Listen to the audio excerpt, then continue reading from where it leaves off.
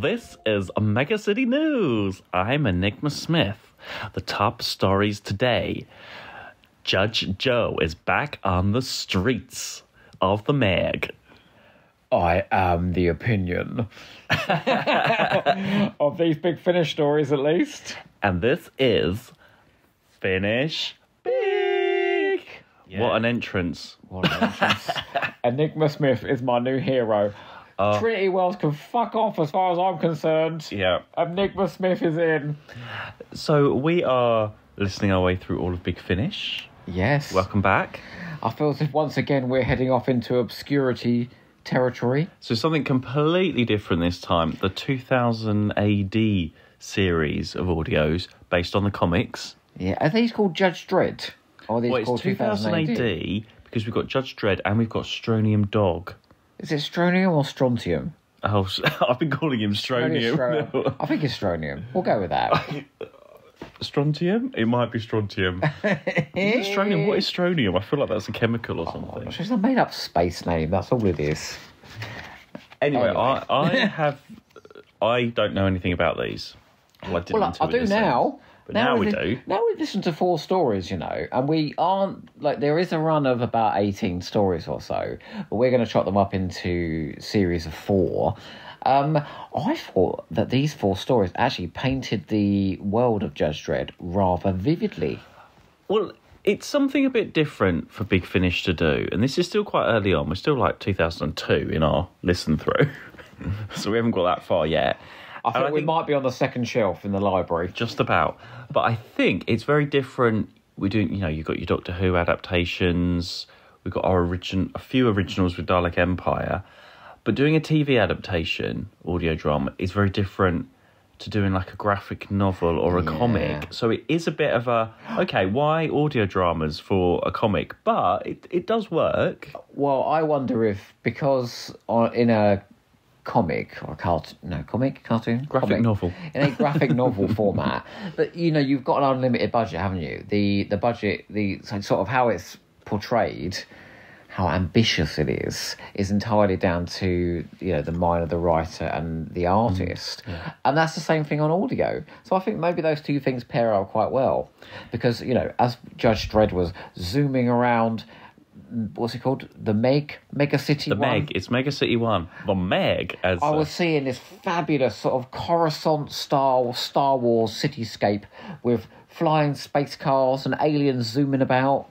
Yes. Oh, and it is Strontium Dog, by the way. I've just looked that up. I'm so sorry, all you 2000 AD fans. May I just educate our listeners slightly that may know nothing about... I have a prepared statement. You have a statement? I do. Okay, we're now going over live to Judge Joe for a statement about 2000 AD. So, Judge John Dredd is a fictional character created by writer John Wagner and artist Carlos Escaria. He first appeared in the second issue of 2000 AD in 1997, which is a fictional anthology comic. 1977. Oh, yeah, I put 1997. 1977, which is a fictional anthology comic. He is the magazine's longest-running character. Judge Dredd is a law enforcement and judicial officer in the dystopian future city of Mega City 1, which covers most of the east coast of America. He is a street judge empowered to summarily arrest, convict, sentence, and execute criminals. Finally, over the years, Judge Dredd has been hailed as one of the best satires on American and British culture, with his uncanny ability to predict upcoming trends such as mass surveillance, the rise of populist leaders, and the COVID-19 pandemic. Well, I knew who Judge Dredd was, because I think I'd seen the Sylvester Stallone film. Oh, was it any good? Of it from 97. So I knew that world. There's been a remake since. Perfect for this, wouldn't he? Yeah. I mean, he's pretty deadpan at the best of times. So I did know that he's a law enforcement officer, a bit RoboCop-y. Yeah, it was in a mask, isn't it? And it's not the same kind of world. If we're talking like graphic novels and stuff, it's not like your Marvel world or your DC world. This is a bit more of a a tougher, like you say, dystopian. It's more like Fifth Element or like Star Wars. No, Fifth Element's perfect, I think. I feel like it's that visual. Getting down in the dirt with the street gangs of the future. Not Blade Runner type world. Blade That's Runner. what it is. It's that more than your superhero Marvel-y world, I feel. Well, Judge Dredd is a law enforcement officer, so he's not going to be rubbing shoulders with the best of society, is he? No, and he's a sort of part cyborg and stuff as well, isn't he? Which makes it very interesting. And I can see how, I think in certain of these audios we listen to for this episode, it is a comment on modern day society because it is a law enforcement agency in a sort of, it's supposed to be sort of America in the future, isn't it? That's the idea. Yeah. Is that you really can rip at politicians, you know, social structures and things like that. You can make serious comment. It's what the best science fiction does, really, isn't it? Making commentary on the worst of today. Yeah, but going into these, I wasn't sure what we would find at all. In fact, we were both a bit sort of dubious. Nervous. No, I'll say nervous. We were sort of went in going, oh, what is this going to be like? And then, obviously, straight away, Enigma Smith pops up. Hello! We're like, so immediately there's some crazy American. Great. We were like, we're in. Okay. Yeah. Well, I'll just say the releases that we are going to talk about today, just in case there are big finishers out there that have got their copies ready and have listened. Are these available to buy?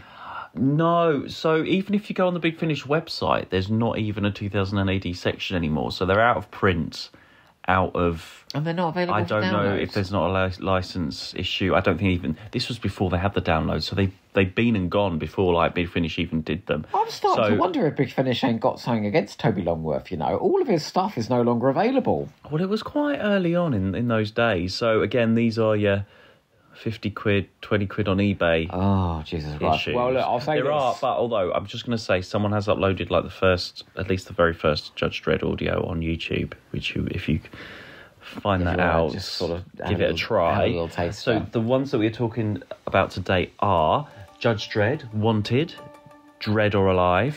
It's hot, hot, hot out there in the Big Meg. It's a scorcher. Judge Dredd, Death Trap. Get ready, Mega City One. It's going to be one of those days. Strontium Dog, Down to Earth. I blow it out of your sphincter. Ew.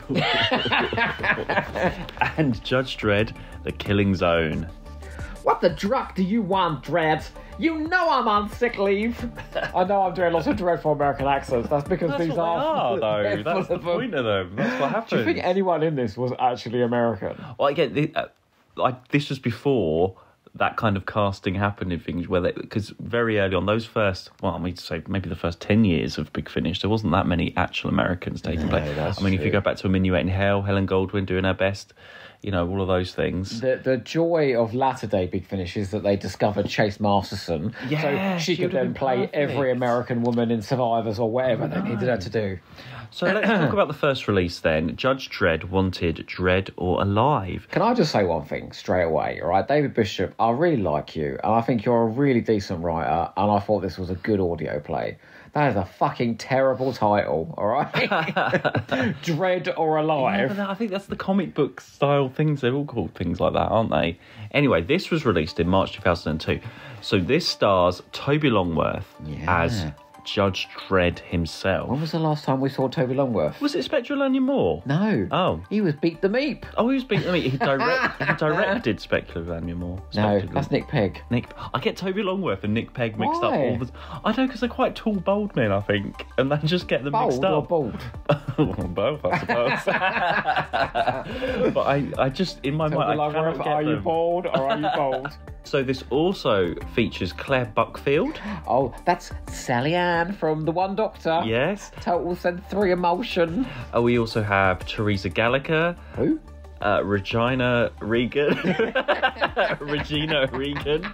That's a bigger Smith, isn't it? I think these might be genuine Americans, actually. Yeah, well, that does sound like starring Regina Regan. Regina Regan. And Jeremy James as well. Oh, fuck me. Jeremy James was in all four of these, right? And every extraneous voice that they wanted, it was him putting on a different accent, wasn't it? Well, these are... Well, I haven't finished a bit yet. Sorry. Written by David Bishop. This was his first audio. directed by Nicholas Briggs. They're all directed by Nicholas Briggs. They aren't are. So these are a little bit like the Bernice releases that we've done, where it's a small cast, often doubling up, minimal. Well, I'd say minimal production. It doesn't sound like it, but it is single disc releases, about an hour each. So it's in that kind of vein. But they do create this huge... It is a fully... mega city world is definitely there, isn't it? It's fully immersive, this world. And this first one... You kind of shut your eyes. You can see it, can't you? I can see those space cars zooming about. Oh, I can see it all. But this one does the job of, like, for us maybe, introducing the world to everybody. Yeah. If you're not a fan and you're giving these a go. And it does it quite well, because we've got Judge Dredd...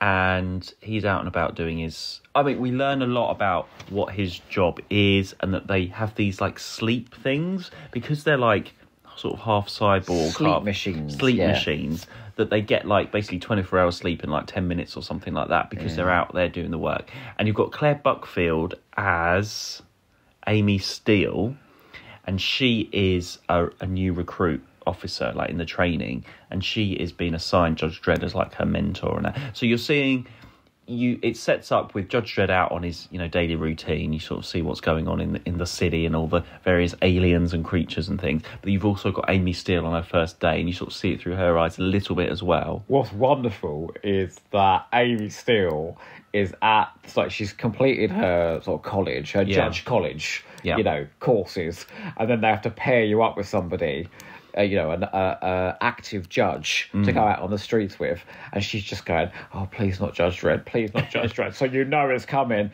Amy Steele, you've been paired with Judge Dredd. She's like, oh, fuck. He's got the reputation of being like the most difficult one. You want to go listen to his voice to know how hard he is. So that introduced it really well, and to give you an idea of the kind of world this is, the big gangster law, what is his name? The mob boss or whatever, who's just recently died. His name is Flabby Broccoli.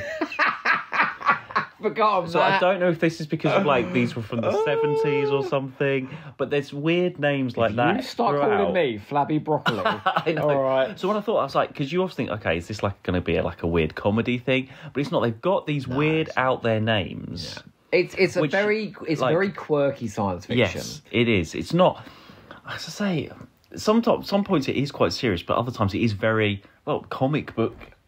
Yeah, I suppose. But it's definitely played as a drama. But it is, it's dramatic. But, like, to give you an idea of how quirky it can be, the main villain in this story is an 8-year-old girl with laser beams behind her eyes. Yes. Who has the strength of 10 men. Is it Flappy Broccoli's daughter or something? Yeah. She was great. Do you know what, right? There's a Star Trek Voyager episode where they meet the second caretaker, Suspiria, and she's this evil little girl that, throws them all to the ceiling and stuff like that. And it's such a fun idea. Like turning like Poltergeist, turning evil little girls. Yeah, like Chloe Webber in Fear Her, Doctor Who. I'd say that was less.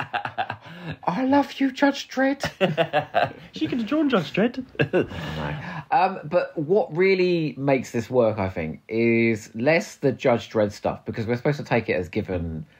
Like, we're not really given much information about his day-to-day as he's going about it, but seeing the world through Amy's eyes... She's like our Gwen Cooper from the first Torchwood episode, yes. She's sort of learning the job for the first day. And that's a brilliant idea, because it's our first day, if you know what I mean, in the audio. So, and I think Claire Buckfield, whilst I don't think she's got the best range in the world... She sounds exactly like Sally Ann here. Yeah. And she sounds exactly like the Porter daughter in 2.4 Children. Yeah, it's her. But... she's very likeable. She's very engaging. And you sort of pair up this wide-eyed sort of young girl with Judge Dredd. I am the law. Like, she's not doing an American accent or anything. She's just... All right, Judge Dredd. Well, she's not doing that, but, It's a fun chemistry between the two of them, though. And he very quickly, even though he's, like, hard on her, he very quickly sort of falls for it, doesn't he? It's a bit like the Third Doctor and Joe, where he's patronising cunt for a little while. And then, he couldn't imagine his life on the streets without her. But what really helped and really got me into the world, and the bits that I liked the most, was the Enigma Smith news bulletins. It's such a great idea. And they use it really well because she comments on and sets up and explains a lot of the plot for us. So fast as well. It's so economic. Because there's quite a lot to get across to the audience in this 1 hour, because we need to know that this sleep machine thing that the judges have been using have been going wrong, and a lot of them, it's been changing their personalities if they use it, so they're not supposed to use it. So the way that they do it is, hi, I'm Enigma Smith. The latest news from the Meg is... sleep psychosis. Like, the judges are going crazy. Yeah. You know, like, so she just gives you all of that plot, and then it cuts back to Judge Dredd going to use the machine, and something's going to happen. Even though it's kind of... that is all exposition, it's got this really fun... thing in there where you've got people like cheering and booing. She's like, good news, yay! Yeah, bad news, oh. Yeah. It's really fun. It's really punchy. And whenever there's a plot, so it will go back and then Judge Dredd will do something, or he'll arrest someone or something, and then it will go, it's Enigma Smith. The crime boss has been arrested. Let's see what happens next. So it's a really good way of doing it, and that's very through clever. All of them. And I think without that, it would have been more of a struggle for me to visualize and follow up.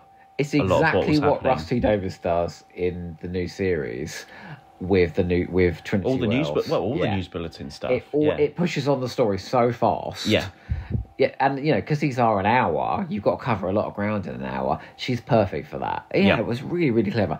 I almost had a complaint because, like, the idea is that Judge Dredd's been using this sleep machine and that he's going crazy. That's what they're trying to make you think. But actually, it's all a massive ruse. There is a twist in this. It's a huge ruse so he can get undercover and like infiltrate and get to this little girl unveil who the real gangster is. And I kept thinking to myself, should he really be out of character so quickly? But actually it was all a big trick on my part. So there we go. So there is plenty of plot, and for this first story, as well as setting it all up, it is a good story, like a good plot for the first sort of adventure. David Bishop writes the first two that we cover, and I actually think they are the stronger two of the four we covered. What else has David Bishop written then?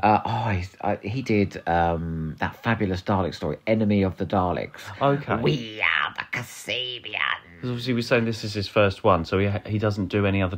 When's his first Doctor Who? Is that... that might be that one, actually. So quite ages away. He also did 4 Fathom 5 I feel like he's done a few, range, which I think is brilliant. He's written a couple of BBC books, Amorality Tale. Maybe that's where I know his name from. He did The Domino Effect for the 8th Doctor range, which wasn't very popular. And he did Who Killed Kennedy for Virgin. That's it. He's the one that killed Dodo. That's where I know him from then, yeah. So a few minor complaints. Okay. We should cover it. One, the dialogue is very ripe at times. And I know this is a very over-the-top sort of comic book world. But when I've got lines like, I was almost sliced and diced. It's like... yeah, but that's the world. That's what it's supposed to be. Yeah, but honestly, you wouldn't put this on to somebody who wasn't into science fiction, would you? And they're sort of swear words and things. Drak. That was another one of my complaints is I don't like... And Battlestar Galactica does this, Farscape does it. They've all got their own words for fucking shit. And I wish they would just say fucking shit, frankly, because it's all a bit embarrassing. And Nick Briggs is in there doing this very odd Trist impression from Nightmare of Eden. Are you claiming superior knowledge? Yes. I'm sorry, Nick. I can always hear it's you, no matter what crazy comic accent you put on. And actually, as he's continued, he plays more and more bloody parts.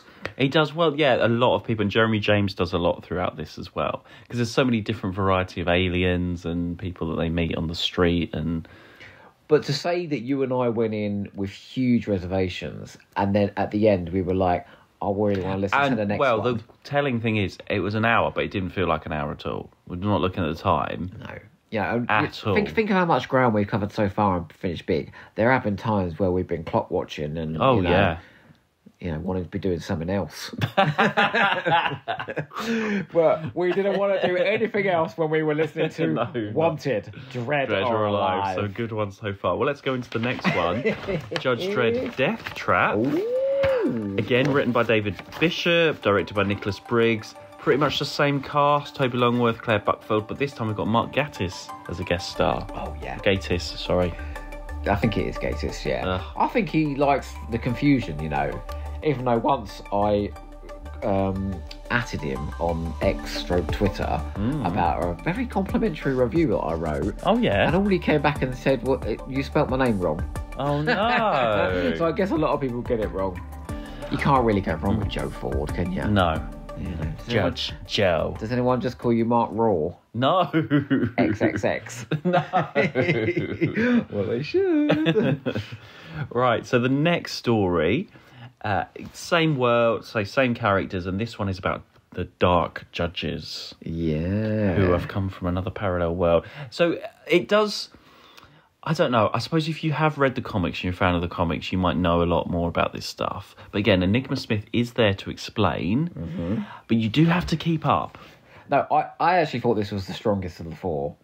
I thought it was brilliantly plotted, this story. So this is a Judge Death who should have been executed, but his spirit is sort of around. Isn't he trapped in a gaseous state? He's in a gaseous state. So he can basically take over people. But he's been kept in like a block of ice or something like that. So there's a big debate going on the news with Enigma Smith about whether he should be executed or not or something. And then meanwhile he escapes and Judge Dredd needs to go after him. And actually you've got Amy Steele and Judge Dredd. They are separated quite a lot. It's not like a sort of doctor and companion together the whole time. She's in a lot more though. I think they'll explore that. Yeah, for these first ones, they're not together the whole time, and she didn't really have that much of a. She wasn't a leading character in this as much as Judge Dredd. Well, she was like a secondary character. Filming 2.4 so children. She does enough in this, but I didn't feel like she was essential. Although I did like all the scenes she was in. You do follow Judge Dredd more. I thought this though, like the first episode set up. Basically painted the setting really well, and then the second story, Death Trap, really then started using those elements in clever ways. So they introduced this sort of weird cult called Death's Release, who are, their sole purpose is to release Death, Judge Death, who's been trapped, and there's a mole on the inside, but we don't know who it is. And there's this woman whose name is Gaiman. She's the one that goes on Enigma Smith's... sorry, we can't say her name enough. Enigma Smith's news show.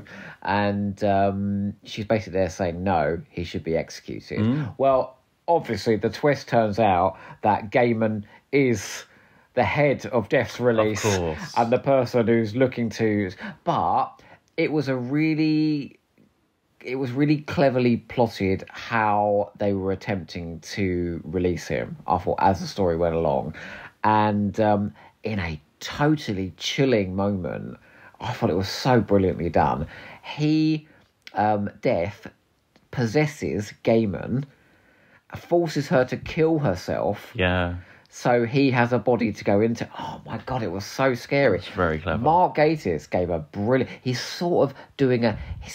voice, isn't he? He's elongating all of his S's, but he keeps his voice really low as well.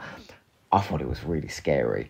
I really sort of sat up and paid attention to this one. I thought it was a good strong plot. And you can see how it does this, like you said, the commentating on society and things like that, isn't it? About it's talking about things on Death. We were just watching, which fits in because we were just watching that on the Kardashians. The Kardashians the other Kim day. Kardashian fighting for people on death row. Yeah, it does happen in real life. God, no wonder that's chimed a call with me.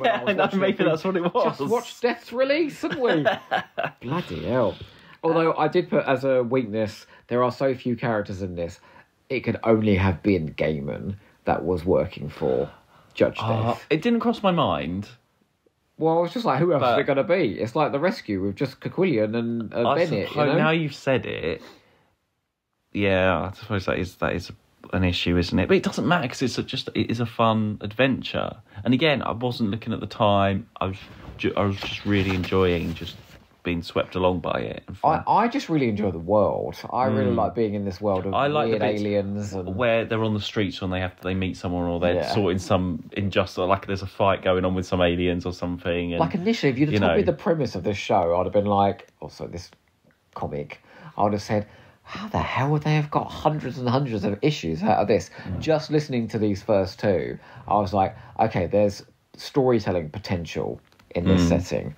And you just feel like anything can happen, even though it's futuristic. The science fiction of it, with spirits and in like a gaseous form and parallel worlds, and it seems like anything and everything can happen here. And because you have got all these weird, quirky aliens in there as well, you've got a lot of background colour too. Yeah. I really liked as well that you saw Judge Dredd basically being very violent with the people he was trying to extract information from. He goes, "I prefer the personal touch," when he's really hurting somebody. And they were like, "You're supposed to be a law enforcement officer." But actually, I like that sort of ambiguity. Well, yeah, he comes across as, this violent, but he is deep down, he is the hero, the good guy. It's all about justice, yeah. It's about justice, but he might not necessarily always go the right path to begin with, or come across as doing the right thing, but really he is. I'd say, so this had the strongest plot of the four. I'd say it had it used Amy and Judge Dredd, and it had a brilliant villain in Judge Death. Enigma Smith was amazing. As always. She's the star. We just we love over-the-top Americans. You wait till we get to Vienna. Regina Regan. Enigma Smith. Oh, you wait till we get to Master. Was it Regina? When it's Eric Roberts and Chase Master together. God. Oh, my good God. No. Imagine, they could have had Eric Roberts as Judge Dredd. Imagine. Hey, guys. Hey. I am the law. I'm not sure. I fear his jaw might be completely wired shut by now, due to all that smack. He got his wife doing, it could have been Amy Steele or Enigma Smith. Come back to bed, honey. Oh, okay. Well, I will say, sorry, I did have a couple of complaints, as usual. Oh, of course. Well, there was a comedy wobot in this, played by Jeremy James, who I just thought they were trying to be very, very funny, and it's basically a comedy robot and a deaf woman, and there's this old lady that lives in this flat. She can't hear nothing, so she's going to Judge Dredd goes, "It's been too long," and she goes, "No, not oolong, it's Earl Grey." I was like, "Oh my God!" Oh, I thought that was fun. I liked did. a bit of comedy in that. But overall, I thought, brilliant. And you're right, with sort of terror attacks, people on death row, it showed that this could have a bit of an edge to it as well. Okay, on to the next one then. Something a little bit different. So this is Strontium Dog, Down to Earth, starring Simon Pegg as Johnny Alpha, a.k.a. Strontium Dog. Yeah, Johnny Alpha. Yeah. This does also feature Toby Longworth as a different character. Also guest starring Jacqueline Pearce. Oh, yes. And Nick Briggs. Oh, of course. This was written by Jonathan Clements and directed by John Ainsworth. Oh, so we've got a different director this time. It's different. So it's still that world. 2000 AD is the same universe. A bit like the Marvel and all the different the multiverse of Marvel. This is the multiverse of Judge Dredd. Isn't this set 200 years in the future after that, So this is a world in the future where there's been a nuclear fallout. That's right. From some, Strontium-90. That's very important to the plot, isn't it? Yeah. So because of that, there are, in society, basically mutant births. So we've got, it's basically X-Men, isn't it? Where people have various different powers, different things. They're born like that. And then within society, those people are not seen as the norms. Yeah. All norms are our enemies. So they're sort of shunned. But but they have all different kinds of powers. So this guy, Johnny Alpha, our hero... That's Simon Pegg, Yes. I have said that. Oh. I mean, that's some prestige casting there. Yeah, I know. This is before his career took off. Yes, I think so. Because he's done a couple, he's done 3 or 4. Yes, he has, yeah. His eyes have mutated, so he can see through walls, and he also can read minds. And then there's a tricky thing to get right on audio, isn't it? Seeing through walls. He's a little bit like Judge Dredd, where he's protecting the innocent. He works for this agency. But it's a little bit less moral, I feel. Well, he is. Because he's a bounty hunter. Yeah. But he's still the hero. There's still all the gangsters, and he's still up against fighting the criminals and stuff.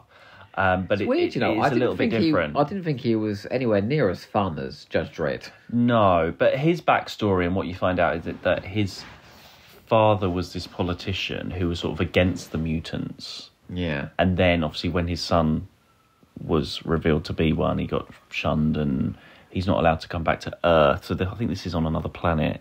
It was a more difficult world to understand. I thought so as well. Yeah, I didn't get as vivid as you've heard me just trying to explain. Yeah. I'm trying it together.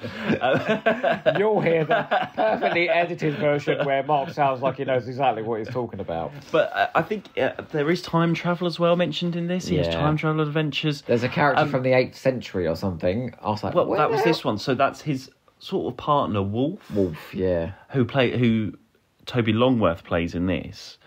But yeah, I really was trying to understand.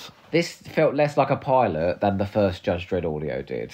Yeah. You know, and I feel like maybe they should have gone down that route of easing us into the Strontium Dog's world. Strontium Dog, yeah. Whereas this just sort of starts running, they're on an investigation. And then there's a bit of there goes sort of a flashback. So basically his partner or whoever on this case, Wolf, has gone missing, so it's the search for him, and then you go back and you find, and there's this squid, and Nicholas Briggs plays a squid guy that's with Gronk? him. No, this is Six Squid. Squid guy. Six Squid. Gronk is played by, sounds like the Packer from. Oh, yes, right. I quite Doctor like Who's. Gronk. He was quite cute. Six Squid was Nicholas Briggs, who sounded like he'd had a stroke. Well, he's quite. I mean, fair play to Nicholas to try and act as a squid for this whole hour. No, actually, It's fair play quite to Nicholas. tough. We didn't know it. We was didn't him realise that was until him. we read the cast list. I need water all the time. That's literally what he sounded like. I did actually write here, Briggs casting himself. Is this economy or ego? You decide. Yeah, so, but I think I still enjoyed it. I did, yeah. No, But it was just tougher to imagine what was going on. I think this is where I struggled with the first half. Then when Jacqueline Pearce came along in the second half, of course, Jacqueline Pearce, she can't do anything wrong. Playing the same character she played in the Fearmonger, same character she played in the Two Doctors. And don't you, in your mind, doesn't she always wear Servalan outfits? Yeah. As soon as she turned up, in my mind, she was wearing a Servalan outfit. The trouble with Jacqueline Pearce is, and she's that her character. Her career peaked with Servalan, right? She was never going to play a character better than Servalan. So every character she played after that, you just imagine her in that fabulous white hat, you know? Well, she is that same. Yeah, it's exactly the same in all these things. She is Simon Pegg's. What's his name again? He's Strontium Dog. She is Strontium Dog's auntie. Yeah. And her evil plan is to let loose a nanovirus. She wants to restore humanity. So this is actually talking about racial purity. Well, yeah, so it's again, X-Men. it's dealing with... Yeah. But that's dealing with a big notion. Yeah, it's the same thing. Really, that drops in the last sort of 15 minutes. So there isn't a lot of time to talk about it. Because it turns out that this wolf guy, you got taken because he was from the 8th century. He fell through a time portal. So this whole world, anything could just randomly happen. And so he would have to be pure blood because it's before the nuclear fallout. But I did love her line when she says, oh yeah, well, you know, because the virus is going to sweep across this place. It's going to restore all the people to their... And then anyone who's a mutant and it can't be turned back will be killed. And she goes... But you have to break a few eggs. I like that line very much. So she was a great character. So it's called Down to Earth because he's going back to Earth, and there was this implication. Was there something about that he's not allowed to be on it? He'd get arrested if he was actually found on Earth or something? Because he's sort of like a wanted. Well, he's a bounty hunter. He's a bounty hunter, yeah. That's a criminal. Yeah, okay. So, but I do believe that Judge Dredd and Strontium Dog do there is forces. some crossovers at some point. I'm sorry, if he's a law enforcement officer and he's a bounty hunter, how does that work? That is interesting, yeah. I know. What I did find very amusing was that Gronk saved the day. I like Gronk. How do you imagine Gronk looking like? Oh, just like a small furry creature. I imagine him as a pink furry blob. A pink blob that floats around. Oh, no, I imagine like a small mouse-like creature. Ah. Oh, he can't do the squeaky voice. Is it the same lady that plays? It sounded like it. Then I think anyone, when they slap that filter on, is going to sound like... I don't think it's Goldman, is it? Who is it? Patricia Hayworth, I want to say? Or is that like a esteemed actress that I've just made up a name for? Oh. Hold on. Patricia Hayworth. Hang on, I think it sounds like a... Hold on. Oh, sorry, Patricia Merrick. Who's Patricia Hayworth? I'm going to look up because I think I don't think she would have played. Oh, maybe I'm thinking of Rita Hayworth. Who knows? No. I did have a few complaints about this one as well. Essentially, I missed Enigma Smith, and this lacked that sort of economy of storytelling we were talking about in the first two. So, and it had, you said it resorted to a flashback, and I think that's a really weak storytelling device. When you can't do it in the dialogue, and you have to go, you can hear the harp going, and then you zoom back into the past. I don't like flashbacks. No. I think you should be able to tell the story in the time it's set, vividly enough. And there was an increased amount. I thought this was trying to be funnier than the Judge Dredd ones as well. I was shocked because there's more language and it's more ruder. Someone said "fucking hell" at one point. There was something about stop talking out your sphincter or something. I said that earlier. There was something else as well. It was all very rude and dirty. I thought it was. But I was a bit shocked at that. I don't it think was almost edged towards sort of pantomime at times because there was a lot of comedy characters in it.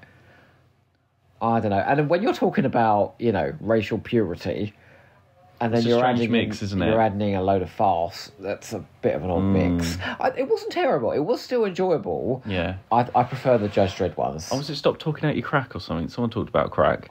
Shut your crack. Remember. Shut your crack. And as for Simon Pegg himself, I did think he gave a decent performance because I think he's a brilliant actor. Simon I Pegg. think he's a fan of the comics and he would love to play. He would have loved to play this, and that's why he's doing it. Because he enlivened all of our television screens as the editor in The Long Game. No, but it was a fun performance. He got to have fun with it. Whereas this wasn't a fun character he was playing. He was very serious. Although he did have a lot of jokes with his auntie at the end, wasn't he? He goes to Aunt Lizzie, can we put our hands down, please? I don't know. This was okay. It was okay. It was all right. It wasn't awful. It was good. Kind of disposable. It was just getting used to that world again. Maybe if we do some more, the next Strontium dog we meet. Well, now we sort of know the world. Yeah, I think it just took us a bit of time. I think it's just getting into that world, but then being thrown right into the middle of the plot at the same time was just a little bit too much. Yeah, I agree. Cool. Let's go on to the next story then, which is Killing Zone. Judge Dredd, the Killing Zone. This, again, features Toby Longworth back as Judge Dredd. We've got Holly Chant and Stephen Grief. Yeah, that's Travis. We've starring had this time. Now we've got Travis. But we don't have Claire Buckfield as Amy Steele in this. Isn't it? That was odd. And no mention of where she is either. And this is written by Dave Stone this time. That's right. I don't know if you recall, but when we were doing the Bernice story, Green-Eyed Monsters, there was a quote in the inside story in my Bible where Dave Stone said that he'd written 2 Judge Dredd audios. One that he thought was very good and one that he thought was absolutely terrible. I'm wondering if he's talking about this one as the latter. Because I thought this was the weakest of the 4. Yeah, I did. I mean, you got your Enigma Smith back, explaining what's going on a lot of the time. I didn't think this was fun. I was waiting for Amy Steele to turn up. Yeah, he was paired up with somebody else, wasn't he? There was this other again. Yeah, I agree. I didn't really get invested in this one as much. Well, the idea of it, so essentially, I think it's the whole of New York, isn't it, has been sealed, and it's this sort of, the killing zone, this danger zone, where they film people. Like snuff. It's a snuff movie, Snuff things, yeah. People going around sort of trying to, if they can get through it, but a lot of people get murdered. And their deaths get filmed, and then that's being sold. I mean, I've not seen the Squid Games, but is that what the Squid Games is? That was a big thing, wasn't it? On Netflix. Do you mean the Hunger Games? No, Squid Games. What happens in the Hunger Games? Is that the same thing? You can't have a show on Netflix. Oh, it's a fictional show. Yes. Oh, I thought you meant it was like a game show. No, it's a drama. But it's in the Hunger Games. That way, The Hunger Games as well. That's the same thing. This is all before that. What's his name, David? Dave Stone. Stone. Yeah. Cutting a path to the future. But you know what? I really struggled to get into the plot of this one. In fact, I wrote there was no real narrative. It introduced a lot of ideas and it explored the setting of the killing zone. So I think it is very predictable that eventually Judge Dredd is going to be in the killing zone and have to try and survive it. What's that bit about fudge? Oh, it was fundamentalist fudge. It was an advert. It was an advert that was told on Enigma Smith's show. Yeah. That was nothing to do with the story at all. It was just a fun little bit of extra. I like that bit best. Yeah. That was right at the beginning. But at no point did I feel as if a story was unfolding with a beginning, a middle, and an end. Because at the end... We had to play back again because we were both like, hang on, it's just stopped. Because these zombie people are coming out of nowhere and he's like, right, we got to get them. And then the music kicked in. I was like... Yeah. Have we just both fallen asleep and missed something? I think we might have both fallen asleep during this one, which doesn't help. But Dave Stone does write the next one, so I don't know if we continue on from... Well, no, yeah, I don't know. It felt like it was a cliffhanger, but... The thing is I would have thought Dave Stone would have been perfect for this Judge Dredd world, because his books are... One, they're a little comic, but they're very idiosyncratic as well. He likes writing... big, crazy, quirky characters and sort of really out there settings. So him and Judge Dredd, they seem like the perfect marriage, but this just seemed really unfocused. And like Dave Bishop showed, you can tell, like the second story it did have a really sort of robust plot, whereas this just felt like it was all over the place. Stephen Grief, is that how I say his name? If you like. Grief, is it? It could be Grief, yeah. Okay. He does a good performance, I thought. Who was he in this? Is he the baddie guy, wasn't he? Oh yeah, he was quite creepy. But yeah, but not a patch on Jacqueline Pierce in the third one, or the little girl in the second one. No, but he brought a bit of gravitas, I thought, to his performance. In fact, the more you think about it, all the villains in this were a bit over the top, just the way I like them. Like, they're all a bit melodramatic. Yeah, I think they're always going to be in this series. Yeah, I think this had like massive potential. The idea of but maybe if they'd focus more on sort of the distribution of the snuff films rather than the setting where they're made, that would have been, like we said before, doing a commentary on what's happening now. Yeah. That would have been a more interesting avenue to go down. But it's having these ideas in Judge Dredd. Again, it's things you wouldn't get in a Doctor Who or a Bernice necessarily. Again, this is another level of science fiction ideas, another sort of a genre to explore. So I have enjoyed listening to these. There's no Doctor Who stories that feel remotely. You're not going to get a fifth Doctor in this as investigating a snuff film. Or Sixth Dr. Perry and Six Squid. Oh, Squid, get away from me now! Perry, come here. There was something very clever towards the end, I thought, that you had drones that were zooming around the killing zone, interviewing Judge Dredd whilst he was being attacked. Plus you had the news broadcast, and you had commentators that were talking about what was going on. There were 3 ways that they were telling you the story during those sequences where... So that was the best of the story, where he was in the killing zone. And even then, I wasn't that engaged by this. No. Well, there's always going to be 1 or 2 that are not going to be. I think we were spoiled by the first 2, actually. Yeah, I thought the first 2 were quite rich in what they were doing. And, had we had this one as the first one... I think it would have been more of a struggle, yeah. Yeah. Yeah. So, Dave Bishop, well done. You've impressed us most out of everybody.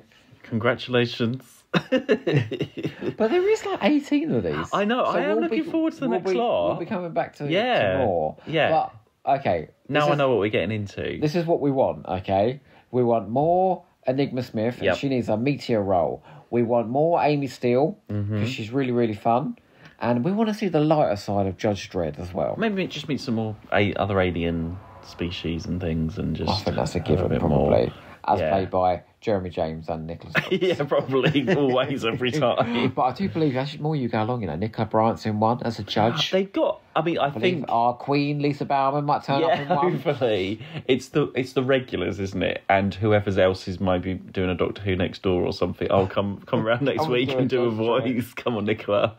You want to do something that's not an American accent, And, scoop everybody. But we have, in fact, secured an interview with John Ainsworth, who we are going to... Did you not know this? Well, I don't know. We're going to speak to him about the Judge Dredd universe, and we're going to find out about these audios, so your education and eludation will continue. I think that's about it, really, for this 4, though, in the world of 2000 AD. So in terms of like the very obscure spin-offs that we've done, so what would you say those are? I'd say it's Earthsearch, Mind Warp. Oh, I forgot about The that. Tomorrow People Yeah. and Judge Dredd. I'd say I preferred this to Earthsearch, but it wasn't as good as the Tomorrow People. What would you say? Yeah, I suppose so. Yeah, maybe I'll do Tomorrow People, Earthsearch and this, actually. Yeah. I need to get into this world a little bit more. Oh, no, It's I not put one the I would second. necessarily go... I mean, I'm not going to want to read the comics or anything like that, or... No, but what I would say is I certainly don't spend £50 on eBay for any of these maybe not. releases because they Maybe ain't not. that good. But if you know someone who's got them, get Give them it to a borrow them go. to you Yeah. because these are quite fun. Yeah. Okay. Shall I say where we're going next? Yes, indeed. So we are going back to the Doctor Who main range next time. Yes! I know, everyone's We been waiting. love going back to the main range. So the 4 stories we're going to be doing are... Spare Parts. Classic. Ish. Oh, I think that's a classic. The Rapture. I don't think that's a classic. And the Sandman. I like that, and you hate that one. Yes. Oh my god, one of those stories has got Annika Wills in it, you know. God. And one of those stories has Sophie Aldridge's all-time worst performance of days. I That's saying can't something. stop dancing. Please. Kick those digging tunes. Oh my god, I just want to carry on with Judge Dredd now. But I mean, There I we think go. that's Well, I'm glad we've done these. a fascinating bunch of stories coming up, you know. Okay. Well, we're not going to do a quiz or anything this time because we Can't- literally we don't know can't do any anything. I've only just chronology. learned that it's Stratonium Dog or whatever he's called. So, you know, I've got a bit more learning to do first before we do. Maybe we'll do a quiz for the next one once we've learned a bit Doc more. Ho didn't give a shit about this back No, in the not day, at the time. I don't remember. I mean, actually, I do remember them being talked about early on, maybe on the very early Big Finish podcasts. Were they A few. popular, do you know? Well, obviously not because they stopped making them, didn't they? They made 18 Yeah, I know. over about but, 3 years. Yeah, but I don't think they They've were. only at the time. made 8 Further Adventures of Charlie Pollard. Yeah. Well, Nicholas Briggs is very busy being squid. Being a £6. He is a £6, isn't he? Anyway, in the meantime, everybody, Don't forget don't forget to finish big.